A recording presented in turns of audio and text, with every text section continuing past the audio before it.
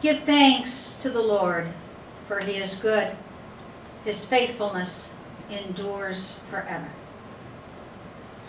In this one, the Lord is with me. I will not be afraid. What can mere mortals do to me? You hear, there's no thank you there. There's no thank you, God, for being with me. It is this gratitude sense of awareness. The Lord is with me. He is my helper. I look in triumph on my enemies. So, if we think about the fact that Jesus has prayed these psalms, I'm not going to do Psalm 51, though it's one of my favorites. It's one of David's when he was feeling very penitential. But if I'm singing Psalm 51, create a clean heart in me, O God, I know that I'm standing shoulder to shoulder with David when he sung it. When I sing Psalm 90, I'm standing shoulder to shoulder with Moses. I don't know about you, but for me, that's a very powerful place, very comforting place, very strong place to be. So here's a place I want to take us to explore gratefulness and gratitude. And it's out of the Psalms for a minute, and very much into our modern day, and how our modern day connects to times past. I want to take us to the book of Exodus as a way to think about the depth to which our desert mothers and fathers felt gratitude.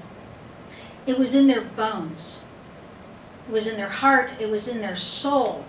And they saw the potential for gratitude in every human misstep. There's war. I'm grateful that we belong to the God who protects us.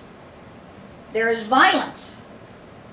We are grateful that God forgives. There's terrorism. We are thankful for God's justice.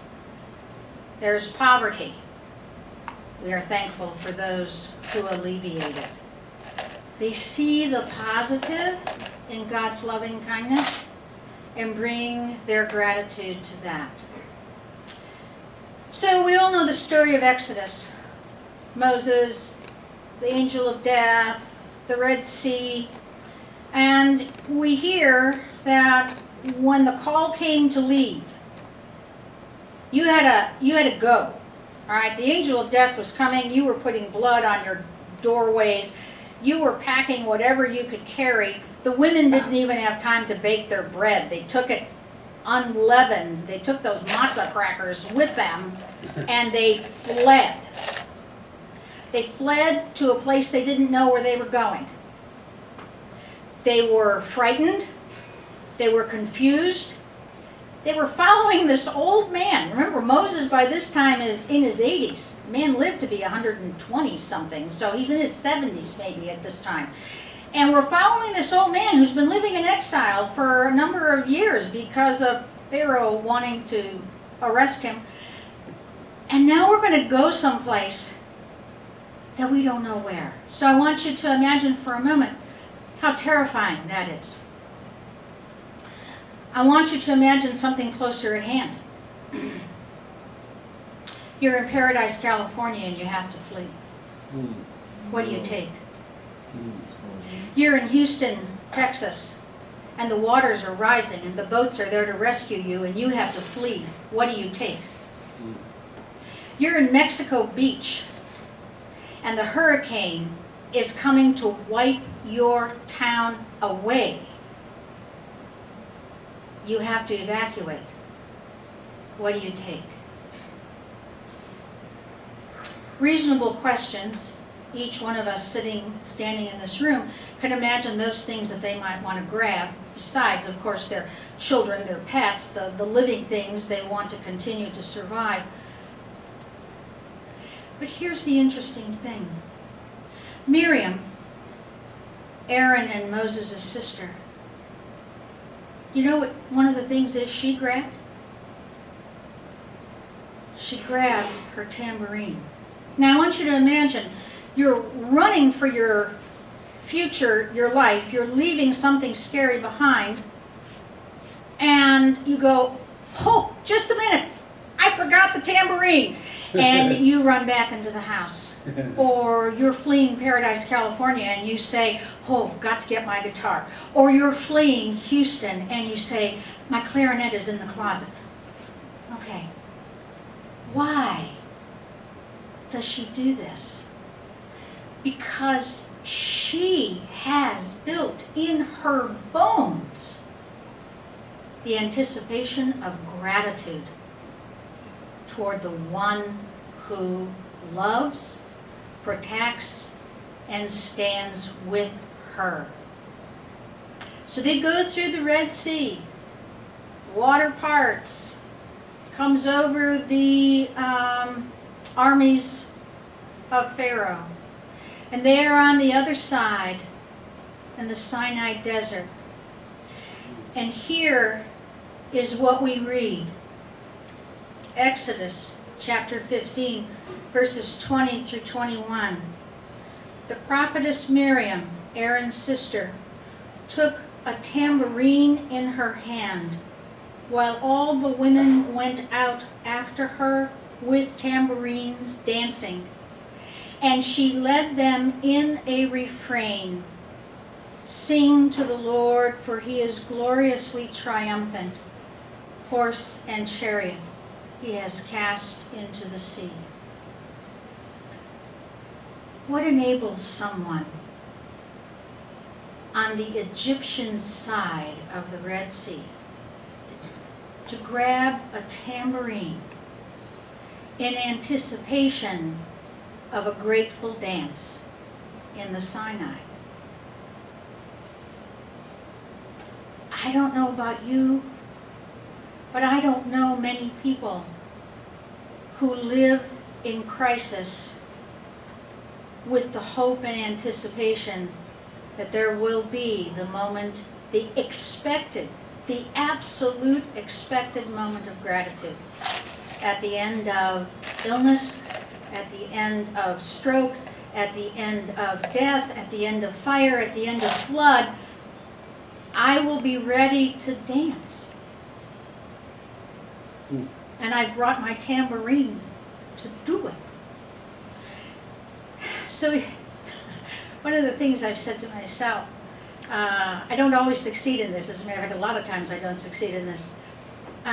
When things are not feeling so good, I say to myself, have you brought your tambourine? Okay. The idea that maybe I can look forward to a moment in which there will be reason for singing and dancing. So I leave that one thought with you, and that is, do you remember?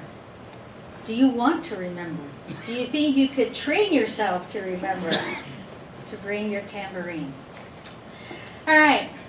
So I want to take you to one of the Psalms that you won't necessarily associate with gratitude, but which I do.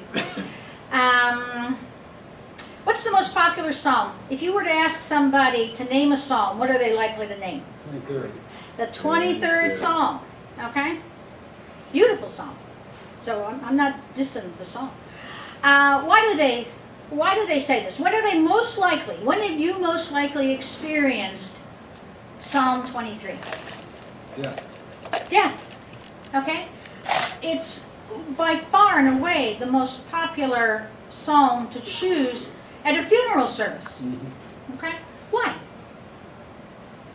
Any thoughts on to why? I mean, many of you here are familiar with Psalm 23. Why do we choose it for a funeral? Communicate the presence of God with you. All right. And Communicate the presence of God with you. And hope. And hope. What hope for? Beyond that, hope for resurrection. Hope for resurrection. Okay? And there is that language that promises this to us. Just by way of some background, it is believed that David wrote this psalm. And one of the reasons why people think that that is likely is that it seems to have been written by someone who was a shepherd, someone who knew sheep. Okay? So the idea of the watchful shepherd being able to protect the flock. The shepherd using the staff to beat away wild animals, using the crook at the end of that staff to grab the sheep's leg and pull it to safety or keep it from wandering. I, for a brief time in my life, was a sheep rancher in Montana. So this sheep behavior, I get it. You know, they're always going where they shouldn't be going. And I became aware of something else. You know, there's that passage, you have anointed my head with oil. And someone pointed out to me that sheep, and it's true, I mean, I'll attest to it, sheep can get infested with fleas and parasites and flies that bug their eyes and all of that. And that if you actually pour ointment on a sheep's head, so it's like putting oil on top of lanolin, that will protect the nose, the mouth, the eyes, the ears. And so what will happen with sheep when they're distressed or when something's bothering them, they do something silly to protect themselves. So in the case of I've got something biting my ear, I'll just keep banging my head into the fence or the wall or the barn or whatever because I want to get rid of what's bothering me. That I get a concussion doing that does not occur to the sheep. So when I read that, I thought, wow, that's kind of like what we're saying to God. You've put ointment on my head so I don't have to keep banging it against the wall. You know, all these frustrations that I get, so you've anointed me. So anyway, I believe that David, a shepherd, could in fact have written this. We're going to do a call and response on this, which is very often how a psalm was sung. So the job of the people who are with the cantor are to sing the response line, which I'll give you in a moment. And then the cantor sings the verses. And then holds up or whatever the hand, and then come the responses, okay? So remember I told you I was coming with my backup chorus, and there you are. So you have to be willing to do this, okay? So sing loud. Here is your response. I'll sing it, and then I'll ask you to sing it. The Lord is my shepherd, there is nothing I shall want. The Lord is my shepherd, there is nothing I shall want.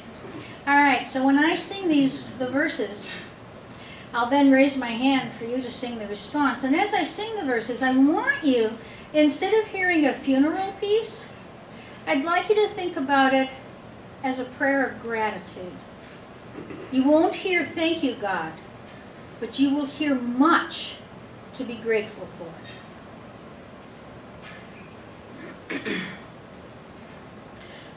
The Lord is my shepherd, there is nothing I shall want. Fresh and green are the pastures where he gives me repose. Near restful waters he leads me to revive my drooping spirits.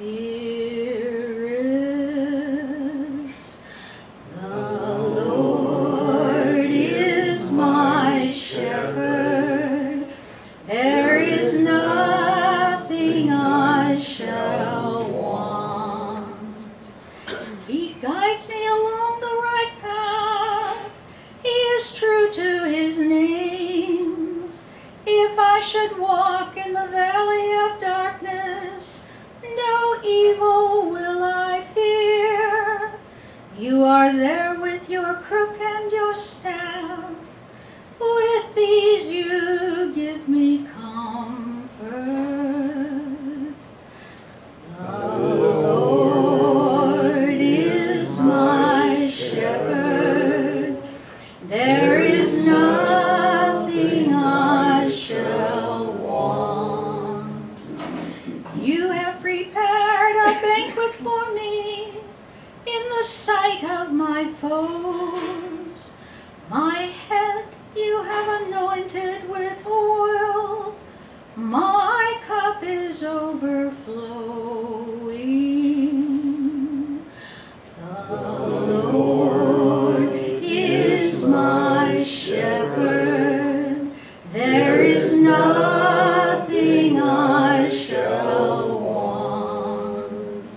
Surely goodness and kindness will follow me all the days of my life. In the Lord's own house will I dwell forever and ever. The Lord is my shepherd. There is nothing I shall want. Very nice. Okay. So I'm at 12:40. How much more time do I have? Because I have one of two things to do, and I want to decide which one. 20 minutes. Oh, then we're going to do both. Okay. Leave a little time for questions. Leave a little time for questions. Okay. So I mentioned that I was teaching at the Osher Institute, and it ended up I had some extra handouts, and they happened to be of the only psalm that is by title exclusively a psalm of thanksgiving. Okay? So it's Psalm 100, a psalm of thanksgiving.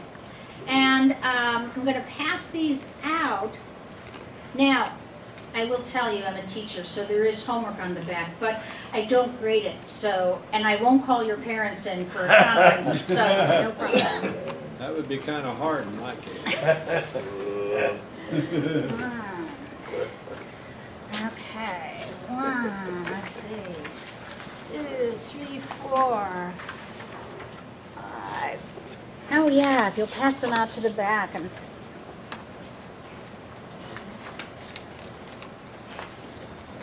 okay, does everybody have one? Oh, yeah. Okay. All right, I'll take that extra back from you.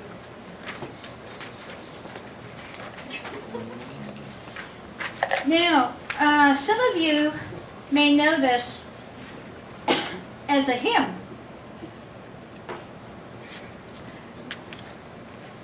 Because Psalm 100 inspired the hymn that we know as Old 100. And I didn't know if when you heard about Old 100, if you knew the 100 referred to the actual psalm number. And I'll just sing the opening phrase so it'll be in your memory. We don't have a hymnal, so we all can't sing it together.